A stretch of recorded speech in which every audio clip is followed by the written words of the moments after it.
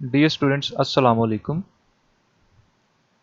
In our previous lecture, we have discussed about the intercepts, x-intercept and y-intercept, and now we will discuss about the equation x is equal to k.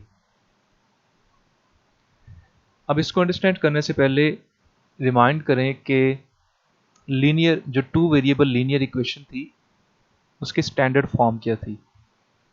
As we know that the standard form of a two variable linear equation is ax plus by is equal to c.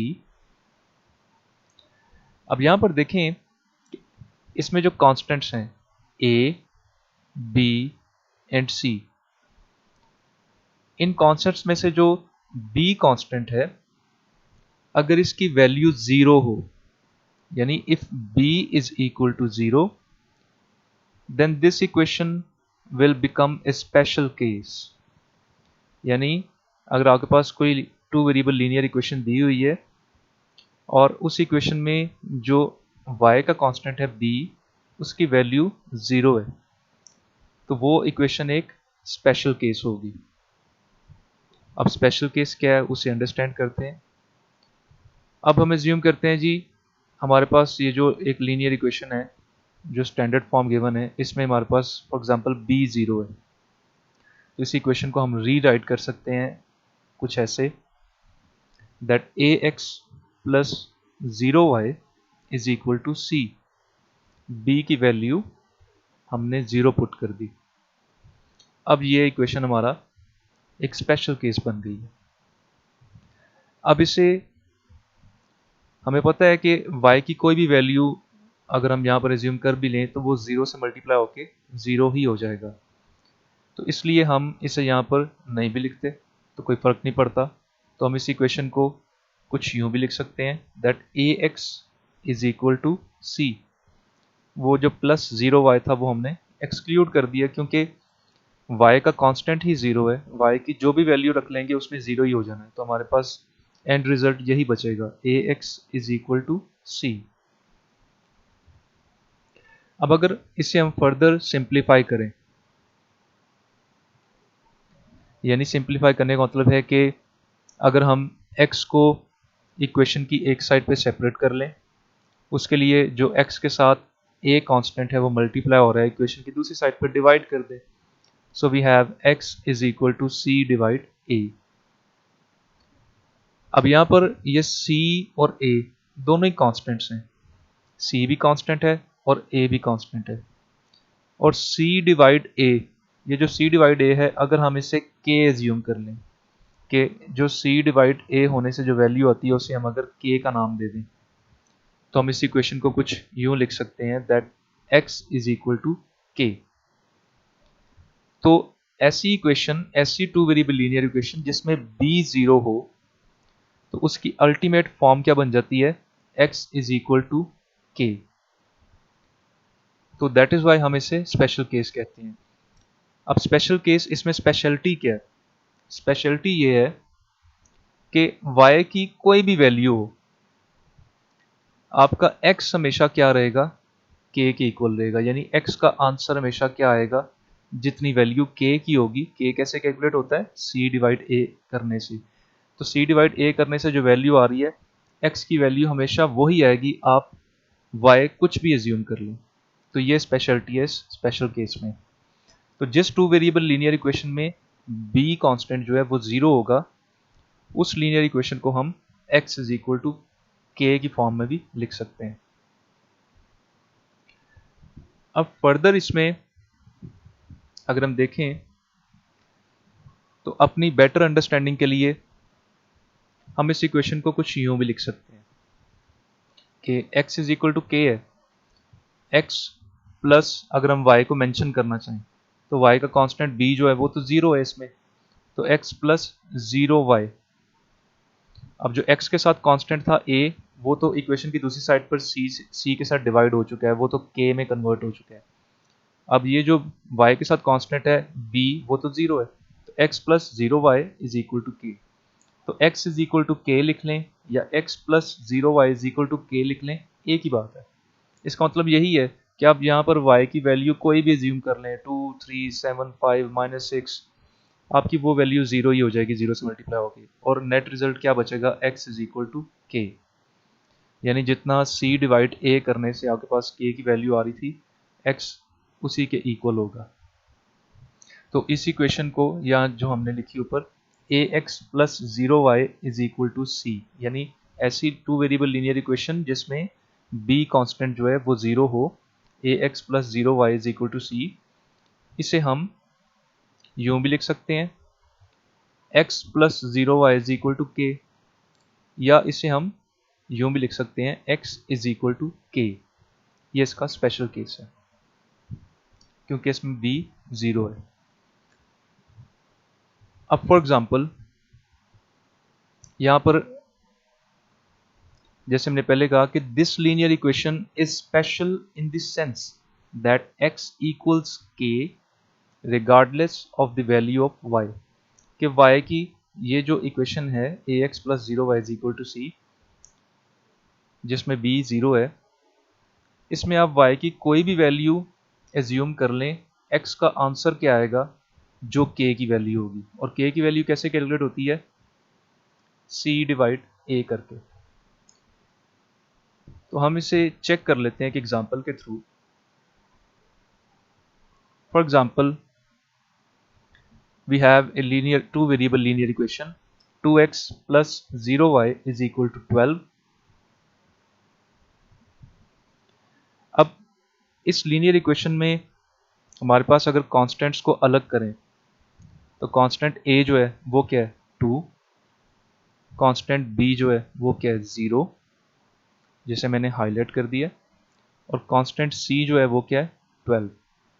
ये constants हैं और variable क्या है, दो variable हैं x and y। अब highlight करने का मकसद ये है कि इस टू वेरिएबल लीनियर इक्वेशन में b जो है वो 0 है, इसलिए ये स्पेशल केस है, यानी ये x is equal to k है। अब सबसे पहले तो हम k की वैल्यू कैलकुलेट कर लेते हैं। k की वैल्यू कैसे कैलकुलेट होती है, k को हमने एज्यूम किया था that c divide a is equal to k, तो c की वैल्यू 12 है, a की वैल्यू 2 है, तो 12 डिवाइड 2 वी हैव 6, तो k की वैल्यू कितनी है 6। यानी इस इक्वेशन में y की कोई भी वैल्यू आप पुट कर देंगे तो आपका x का आंसर जो आएगा वो कितना आएगा, k के इक्वल आएगा। k कितना है 6, यानी y की कोई भी वैल्यू पुट करें इस इक्वेशन में तो आपका x 6 ही कैलकुलेट होगा। y 1 रख लें x 6 होगा, y 2 रख लें x 6 होगा, y नेगेटिव कोई वैल्यू रख लें x 6 ही आएगा। अब यहाँ पर देखें जो हमारी ओरिजिनल इक्वेशन जो हमने एग्जांपल में ली that is 2x plus 0y is equal to 12, 2x plus 0y is equal to 12, हमने उसे एज इट इज यहाँ पर लिख लिया। अब इसी इक्वेशन को हम, क्योंकि b 0 है तो ये स्पेशल केस है, कौन सा, x is equal to k, यूं भी लिख सकते हैं। इस इक्वेशन की जगह हम x इज इक्वल टू 6 भी लिख सकते हैं, k की जो वैल्यू है यहाँ पर लिखते हैं 6। तो आप 2x plus 0y is equal to 12 लिख दें, या इसे x इज इक्वल टू 6 लिख दें, एक ही बात है, क्योंकि इसमें y की कोई भी वैल्यू पुट करने से x का आंसर 6 ही आएगा। या फिर इसे यूं भी लिख सकते हैं आप कि x plus 0y is equal to k, जैसे मैंने ऊपर एक्सप्लेन किया कि x is equal to k को आप यूं भी लिख सकते हैं x plus 0y is equal to k, क्योंकि y ने तो जो भी वैल्यू होगी 0 से मल्टीप्लाई होकर 0 ही हो जाना है, तो remaining x is equal to k ही बचेगा। तो आप इसे यूं लिख लें x plus 0y is equal to k, और k की वैल्यू लिख दें जो भी है 6 है, x plus 0y is equal to 6। तो हमारे पास यूं कह सकते हैं कि एक ऐसी लीनियर इक्वेशन जो हमने एग्जांपल ली थी, एक ऐसी लीनियर इक्वेशन जिसमें b 0 हो, उस इक्वेशन को यूं भी लिख सकते हैं, उस इक्वेशन को यूं भी लिख सकते हैं, यानी 2x plus 0y is equal to 12, इस इक्वेशन को x इज इक्वल टू 6 भी लिख सकते हैं, x plus 0y is equal to 6 भी लिख सकते हैं। अब इसका मतलब क्या हुआ कि it means x will always be equal to 6 regardless of the value of y। y की कोई भी वैल्यू आप पुट कर लेंगे x का आंसर 6 ही आएगा, जो कि k की वैल्यू है। x will always equal to k। अब यहां पर फर्दर अगर इसे ग्राफ पे प्लॉट करें, इस इक्वेशन का अगर हम ग्राफ बनाएं, तो any equation of this form graphs as a vertical line crossing x axis at x is equal to k। की वैल्यू कितनी थी हमारे पास इस एग्जांपल में 6 थी। इसका मतलब है कि अगर हम इसका ग्राफ बनाएंगे तो वो जो ग्राफ की लाइन होगी वो x की जो 6 वैल्यू है उसी के ऊपर एक वर्टिकल लाइन बनेगी। अभी हम इसको चेक करेंगे ग्राफ बनाकर। तो फर्स्ट ऑफ ऑल हम पहले तो ये बात प्रूफ कर लेते हैं ना कि हमने जो यहाँ पर कहा कि इस इक्वेशन में y की कोई भी वैल्यू पुट कर लें तो आपके पास x जो है वो 6 ही आएगा। तो इसको प्रूफ करने के लिए हम ये जो एग्जांपल ली थी हमने शुरू में 2x plus 0y is equal to 12, इसके दो पेयर निकालते हैं जो इस इक्वेशन को सेटिस्फाई कर रहे होंगे और फिर उन्हें ग्राफ पे प्लॉट करके देखते हैं। तो फर्स्ट पेयर मैं पहले y की वैल्यू को एज्यूम कर लेता हूँ -5 फॉर एग्जांपल। तो 2x plus 0y is equal to 2 जो हमारी original equation is equal to 12 जो हमारी ओरिजिनल इक्वेशन थी, इसमें मैंने y की वैल्यू -5 पुट की, वो 0 से मल्टीप्लाई होकर 0 हो गया। अब आपके पास 2x इज इक्वल टू 12 बचा, x इज इक्वल टू 12 और ये 2 डिवाइड हो गया इधर आकर, तो x इज इक्वल टू क्या आया 6। वही बात कि y की वैल्यू हमने -5 एज्यूम की तो x हमारे पास 6 आ गया। 6 क्या था बेसिकली k की वैल्यू थी, तो x is equal to k ही आया हमारे पास। तो हमारे पास पेयर क्या बना 6 x की वैल्यू और -5 y की वैल्यू। अब ये पेयर जो है ये ग्राफ पे एक पॉइंट प्लॉट कर देगा। अगर सेकंड पॉइंट चाहिए तो उसके लिए सेकंड पेयर निकाल लेते हैं। अब सेकंड के अंदर फॉर एग्जांपल मैं y की वैल्यू +8 रख देता हूँ। अब वही original equation 2x plus 0y is equal to 12। अब इसमें मैंने y की वैल्यू 8 एज्यूम कर ली। अब वो 8 मल्टीप्लाई हुआ 0 से तो 0 हो गया। अब we have 2x is equal to 12, x is equal to 12 और ये 2 डिवाइड हो जाएगा, x is equal to 6।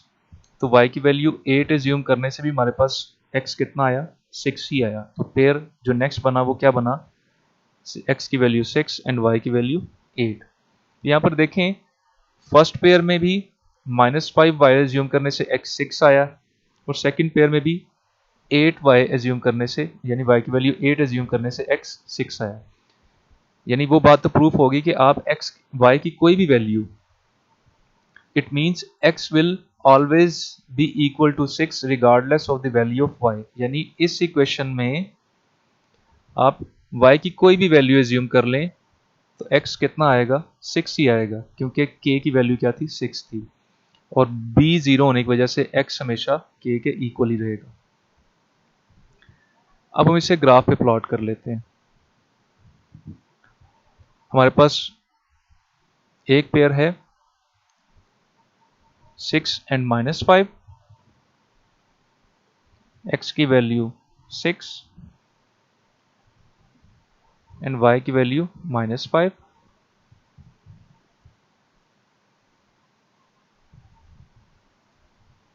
Second pair है 6 एंड 8, x की वैल्यू 6, y की वैल्यू +8। यहां पर देखें आपके पास एक वर्टिकल लाइन ड्रॉ आ गई।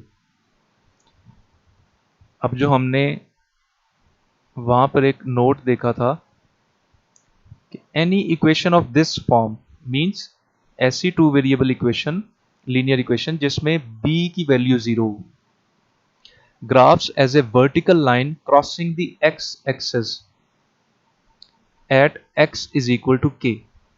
तो यहां पर देखें कि उसका ग्राफ एक वर्टिकल लाइन बना बिल्कुल सीधी,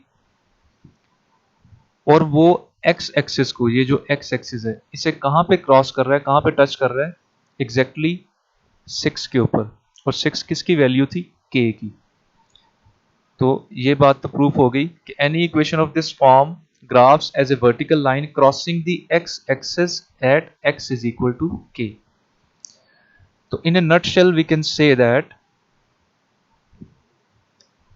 कि अगर हमारे पास कोई ऐसी लीनियर इक्वेशन दी होती है जिसमें B, two variable linear equation जिसमें बी की वैल्यू 0 हो, उसमें आप के कैलकुलेट कर लें, आप y की कोई भी वैल्यू एज्यूम किया करेंगे, आपकी x की वैल्यू उतनी ही निकलेगी जितनी k की वैल्यू है, यानी x will always be equal to k, और k क्या था, c डिवाइड a, और उसकी जो लाइन है वो हमेशा एक वर्टिकल लाइन बनेगी,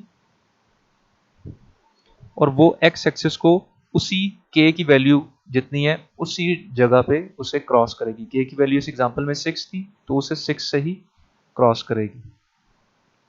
तो ये थी स्पेशल फॉर्म एक x is equal to k।